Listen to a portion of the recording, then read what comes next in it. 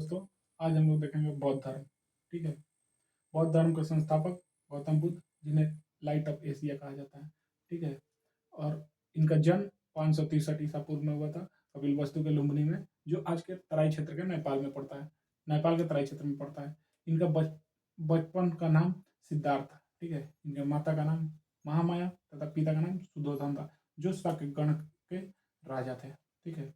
ये 7 दिन के थे तभी इनका इनका माता का मृत्यु हो गया। ठीक है। तो इनका लालन पालन इनकी सौतेली माता प्रजापति गौतमी ने किया था, जो इनके आगे चल के इनके बौद्ध धर्म की प्रथम महिला भिक्षुणी बनी। ठीक है। बचपन से ही इनका अध्यात्म की तरह रुचि होने के कारण इन्हें इनके पिता ने इनका 16 वर्ष के उम्र में ही इनका शादी यशोधरा से करा दिए थे, जिनसे इनका एक पुत्र हुआ, जिसका नाम था राहुल। ठीक है। बहुत पहले ही इनको एक महर्षि ने बोल दिया था कि आपका बेटा आगे चल के एक सन्यासी बनेगा, इसलिए उन्होंने अपने घर में ही एक ऐसा माहौल बना के रखे थे जिससे कि वो उनको कभी दुख का पता ही न चले। उनको सब हर तरह का सुख सुविधा देते थे। ठीक है। उनको घर में इनके महल में ही उनके सभी चीज मिल जाता था। ठीक है। इसलिए उनको दुखों का पता नहीं चलता था। इसलिए बहुत दिन बाद उन्होंने एक बार अपने राज्य के भ्रमण पर निकले। ठीक है। तो उन्होंने देखा कि एक बुढ़ा व्यक्ति, एक एक बीमार व्यक्ति और एक सौ और एक सन्यासी आदमी जा रहा है। तो उन्होंने बुढ़े व्यक्ति के बारे में अपने सारथी से पूछा कि ये कौन है। तो उन्होंने कहा कि ये मनुष्य के जीवन का अंतिम पड़ाव है। ठीक है। उसके बाद कुछ दिन आगे जाने के बाद उन्होंने देखा कि एक बीमार व्यक्ति, उसके बारे में पूछा उन्होंने कि ये आदमी क्यों है, ये क्यों तड़प रहा है। तो उन्होंने कहा कि अगर किसी किसी को कष्ट होता है तो वो ऐसे ही तड़पता है। ठीक है। फिर कुछ दिन के बाद कुछ दूर बाद गए तो उन्होंने शव देखा, उसके बारे में पूछा कि ये क्या है।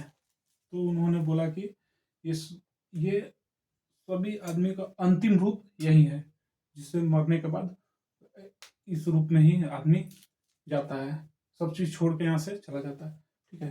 फिर कुछ दूर आगे जाने के बाद उन्होंने एक सन्यासी के मिला और उसके बारे में भी पूछा। तो उन्होंने कहा कि ये एक सन्यासी हैं जो अध्यात्म के लिए अपने घूम रहे हैं। ठीक है। ऐसे ही कुछ दिन बीतने के बाद उनके मन में ये सब बातें घूमती थी कि आज तक मैंने ये सब कुछ भी नहीं देखा। आज मैं बाहर निकला और देखा ये सब। तो उनके मन में बहुत सारी जिज्ञासा होने लगी। ठीक है। और वो इस सब के खोज में लगे, बट उनके महल में ये सब मिलता नहीं था, कभी दिखने को नहीं मिलता था। तो उन्होंने क्या किया कि अपने घर से बाहर निकलने की कोशिश की। ठीक है। वो अपने बड़े भाई से आज्ञा लिए और 29 वर्ष की उम्र में बाहर चले गए। ठीक है।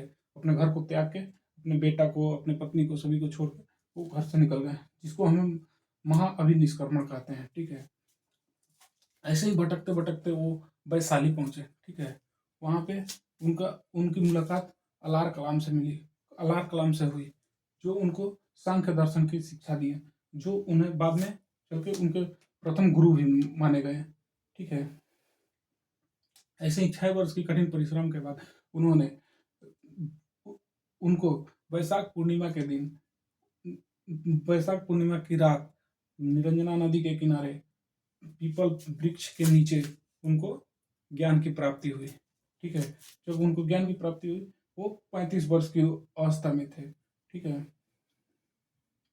ज्ञान प्राप्ति के बाद उन्होंने अपना पहला उपदेश सारनाथ पे दिया, जिसे धर्म चक्र प्रवर्तन कहा जाता है। इसे पाली भाषा में दिया। वो जन की भाषा पाली में दिया। वो वहाँ के सभी लोगों को मतलब अधिकतर पाली ही समझ में आती थी, इसलिए उन्होंने पाली भाषा में दिया। उन्होंने उन्होंने बहुत जगहों पर उपदेश दिया, लेकिन सर्वाधिक उपदेश उन्होंने कौशल की राजधानी श्रावस्ती में दिया। ठीक है। उनके कुछ अनुयायी राजा थे, जो बिंबिसार, परसेनजीत और उदयन रहे। ठीक है। ज्ञान प्राप्ति के बाद सिद्धार्थ को बुद्ध के नाम से जाना गया। ठीक है। बुद्ध धर्म में तीन रत्न है। बुद्ध धर्म के त्रिरत्न है, वो है बुद्ध धम्म संघ। ठीक है, बुद्ध धर्म के अनुयायी दो भागों में बटे थे, एक भिक्षुक और एक उपासक। भिक्षुक जो जो संन्यास ग्रहण कर लेते थे उनको भिक्षुक कहा जाता था, और जो जो गृहस्थ जीवन व्यतीत करते हुए बौद्ध धर्म से जुड़े थे उनको उपासक कहा जाता था। ठीक है, बौद्ध धर्म के कुछ कठोर नियम भी थे, इसमें से 15 वर्ष के नीचे के बच्चों को बौद्ध धर्म में एंट्री का प्रवेश करने का इजाजत नहीं था। ठीक है, और 15 वर्ष के नीचे के बच्चों को इजाजत नहीं था। 15 वर्ष या 15 वर्ष से ऊपर के बच्चों को बौद्ध धर्म में प्रवेश करने का इजाजत था। ठीक है, इनका बौद्ध धर्म के प्रतीक जन्म धर्म के कुछ प्रतीक थे, जैसे जन्म का कमल या सांड, ग्रह त्याग का घोड़ा, ज्ञान का पीपल वृक्ष या बोधि वृक्ष जो गया में है। ठीक है, निर्वाण मतलब पद चिन्ह, मृत्यु स्तूप। ठीक है, 80 वर्ष की अवस्था में 483 ईस्वी में इनकी मृत्यु हो गई, जो कुशीनगर में हुआ। ठीक है, और उनके मृत्यु के बाद कुछ संगीतियां हुई, जिससे उनके धर्म प्रचार प्रसार के लिए वो किया गया। जैसे प्रथम गई 483 ईस्वी में, उनके जस्ट मृत्यु के समय ही वो किया गया। राजगीर में अजातशत्रु उस टाइम राजा थे और महाकश्यप उनके अध्यक्ष थे। ठीक है, जो समिति बनाई गई थी उसके अध्यक्ष थे महाकश्यप। दूसरी संगीति हुई 383 ईस्वी में वैशाली में।